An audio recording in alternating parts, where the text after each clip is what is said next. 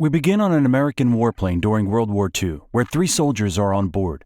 The pilot, Phil, informs the crew that they have reached their destination, and they look to be searching for a specific target on an island. They head towards this island and open doors on the plane to launch missiles. But before they can find their target, bullets begin hitting the plane. They continue heading for the island and seek their target.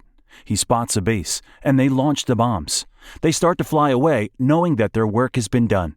However, when they try to close the doors, they are stuck, and an enemy airplane is coming for them, so they begin firing in its direction. With the doors still open, they are particularly vulnerable. So one of the soldiers, Louis, climbs down to fix it.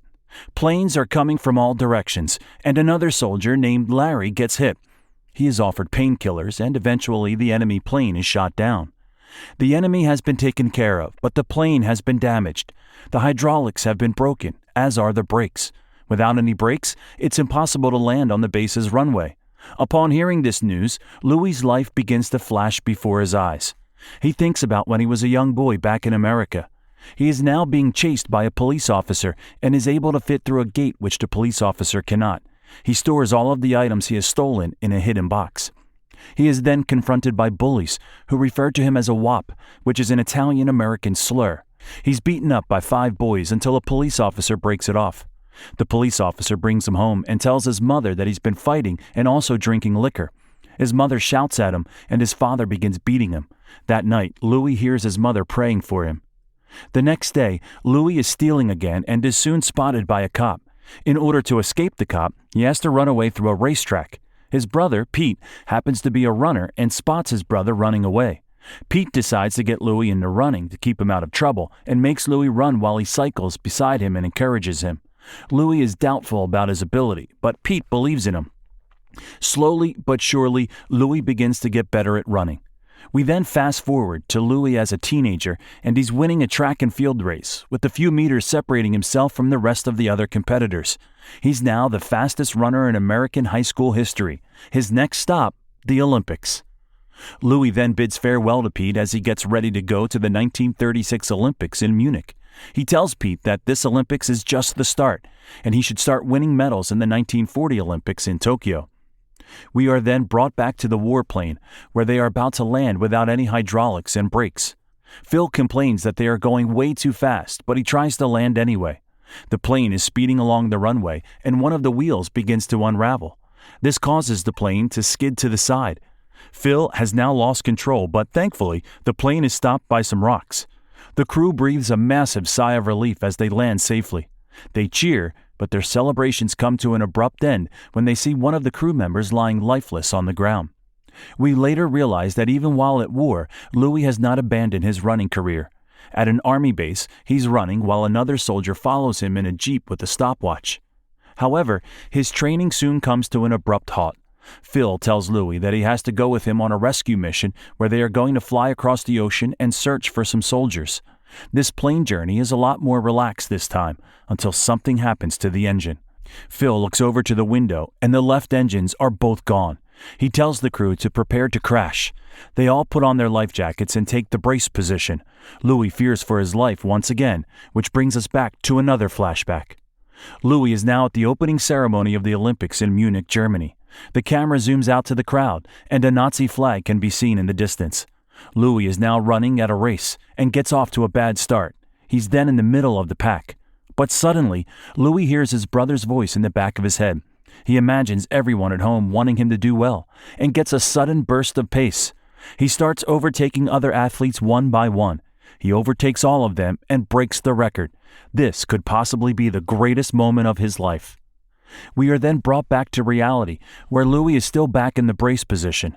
The plane lands into the water, the left wing falls off, and the cabin fills with water. Louis is in the cabin, but cannot seem to get out. It's now above water, but it will soon sink, and he needs to get out now. He is then trapped underwater, but finally finds an exit. He blows up his life jacket and swims to the surface. The crew manage to get into their lifeboats, but Phil is badly injured. 2 of the other crew members didn't make it, but they need to fight for survival at this stage. Phil, Louis, and Mac are all out in the middle of the ocean, and nobody knows where they are. There's a water bottle on board, and they agree to have 2 or 3 sips a day. Eventually, they spot a plane, but fail to get its attention. 3 days later, the crew are really struggling, but they finally have a chance to eat some food. A seagull lands on their boat and they grab it by the legs and wring its neck. They eventually try eating the seagull, but find themselves all vomiting off the side of the boat. Instead, they try using the seagull as bait for fish. They eventually catch one and start eating the fish raw. It's now day 18, and the weather is extremely stormy. Louis asks for help from God and promises that he will dedicate the rest of his life to him if he helps him get through this. The storm subsides, and they all lay lifelessly on the boat. It starts raining, and they open their mouths to try and drink the rainwater. They also collect some in bottles. When the rain calms, they then manage to capture a hammerhead shark. Soon, another plane is flying overhead. Again, they fire 2 air shots, but the plane flies away. But suddenly, the plane seems to be turning around. It looks as if their moment has finally arrived. It looks as if they will now be saved. The plane spotted them, but instead of rescuing them, the plane begins shooting at them. The crew jumps into the water to escape the bullets. They get back into the boat, but the plane turns around again to shoot. This time, only Mac jumps into the water. He escapes the bullets and waits for the plane to disappear. He arrives back on the boat and is relieved that neither Louis nor Phil have been hit. The plane decides to leave them alone, but just when they thought they were safe, a shark attacks the boat. They eventually beat him off, but are incredibly exhausted. Mac's body is giving up, and he eventually dies. They roll him up and gently place him into the water. Louis and Phil continue on the boat. They both fall asleep, and a shadow begins to form around the boat. Louis tells Phil that he has good news and bad news. The good news is that they have been found. The bad news is that they have been found by the Japanese, who are pointing guns at them. They are thrown into separate prison cells. Louis is then taken out and questioned. They want to know how many American troops are stationed in Hawaii, and Louis answers that he does not know.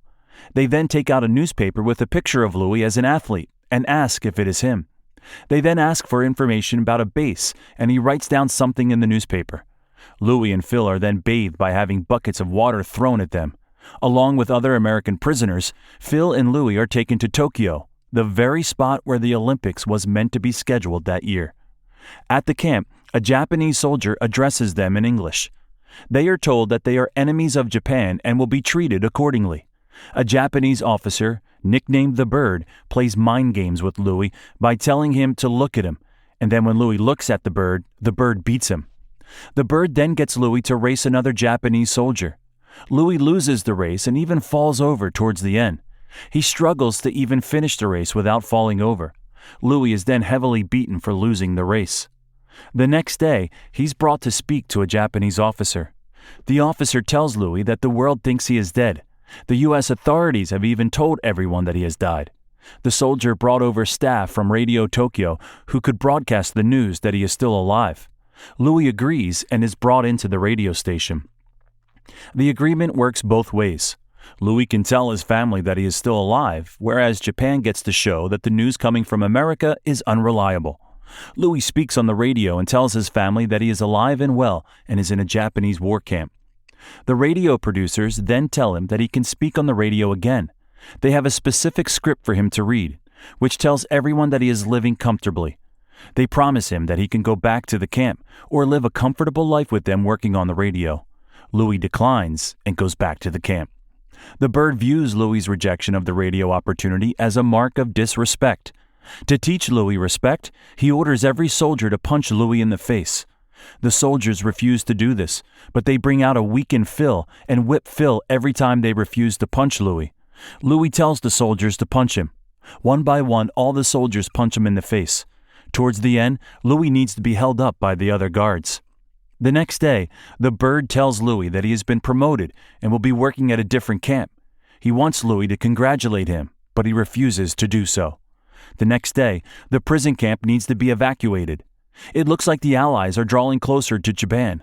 However, the prisoners fear that if the Allies draw closer, they will be killed. Suddenly, they are told that they are being moved to a new camp, one in which the Allies won't be able to find them. They walk through the streets of Tokyo and see the wreckage and devastation that America has caused. They are brought further up into the mountains to work at a coal mine. Leading this camp, to Louis's horror, is the Bird. He tells everyone that anyone who does not work on this coal mine will be executed. Later that day, the guards inform them that U.S. President Roosevelt is dead. While Louis is at work, a Japanese soldier pushes him off a high ledge. He falls from a tall height and injures himself. He is later caught struggling to work by one of the guards and is taken aside. He is told to lift a plank of wood and cannot do it. The bird tells another officer, if he drops it, shoot him. Louis gets whatever strength is left and holds the plank above his head. He roars and stares straight at the bird. The bird is agitated by Louis looking at him, so he starts beating Louis again. The next day, the prisoners are gathered for an announcement. They are told that the war has come to a point of cessation, and all prisoners have been invited to bathe in the Hakaru River. They are brought to the river and all walk in, but are stopped at knee height, and a plane flies towards them. They notice that this plane is not a Japanese plane, but an American one. It finally hits them. The war is over. They cheer and roar. Louis remains relieved more than anything else. The soldiers are soon given food supplies and newspapers. They are no longer covered in coal and even smoke cigarettes. Louis is soon getting off an airplane and kissing the floor. He's finally back on American soil. Crowds welcome him and he hugs his family. The subtitles then tell us that Louis met his wife in 1946 and then soon had 2 kids.